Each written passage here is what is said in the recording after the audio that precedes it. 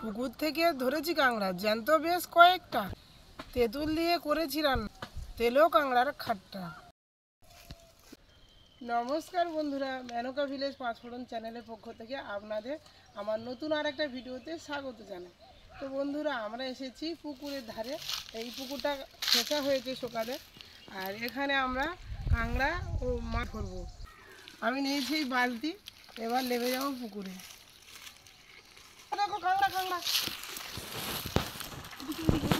দেখো, কাঁকড়া পেয়ে যাচ্ছে। দেখো দেখো, এই দেখো কাঁকড়াটা পেয়ে গেলাম। বন্ধুরা দেখো, এই দেখো পুকুরের উপরে জালি ভেসাছে, তার উপরে কাঁকড়াই দেখো। দেখো বন্ধুরা, কাঁকড়াটা জ্যান্তও আছে। একটা দেখো, দেখো একটা, ওই কাঁকড়াটাও ধরবো।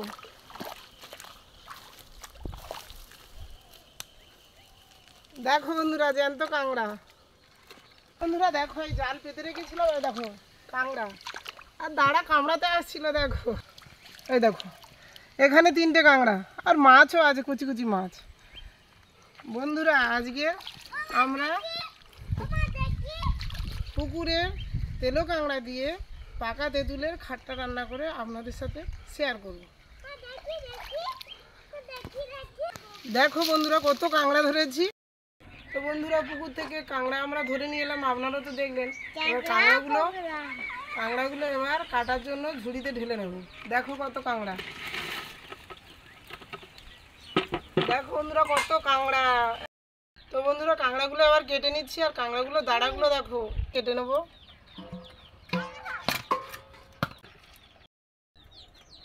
বন্ধুরা, কাঁকড়াগুলো কেটে নিয়েছি।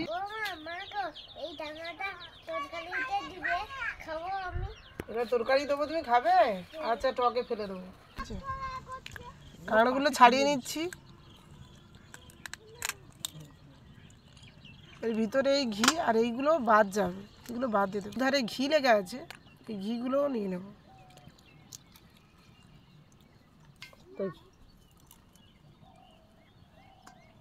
কাঁকড়াগুলো ছাড়িয়ে নিয়েছি, আর এই দেখো কাঁকড়ার কত ঘি।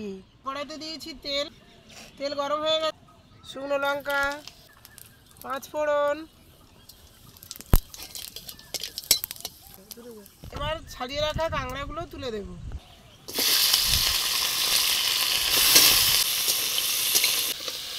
কাঁকড়াগুলো বেশি ভাজতে হবে না, হালকা করে ভেজে নিলেই হবে। হলুদ হালকা করে ভেজে নিচ্ছি। এবার দিয়ে দিচ্ছি জল। বন্ধুরা, তেঁতুলটা আগে থেকে জলে গুলে রেখেছিলাম, এবার দিয়ে দিচ্ছি। আমরা থেকে ঘিটা বার করে রেখেছিলাম, ঘিটা আগে দিইনি, আগে দিলে গলে যেত। ঘিটা এই তরকারি ফুটে উঠেছে, এবার দেবো, দিলে ঘিটা গোটা গোটা থাকবে। দিয়ে দিচ্ছি কাঁকড়ার ঘি। টকে চিনি দিলে বেশি টকটক ভাব হয় না, মিষ্টি মিষ্টি স্বাদ লাগে, আর খেতেও খুব ভালো লাগে। সেজন্য দিয়ে দিচ্ছি চিনি। দিচ্ছি নামিয়ে নেওয়ার আগে সর্ষে বাটা। সর্ষে বাটাটা দিয়ে একটু ফুটে উঠলে তারপর নামিয়ে নিতে হবে। ভালো করে মিশিয়ে নিচ্ছি। কাঁকড়া দিয়ে পাকা তেঁতুলের টক আমাদের হয়ে গেছে, এবার নামিয়ে নিচ্ছি।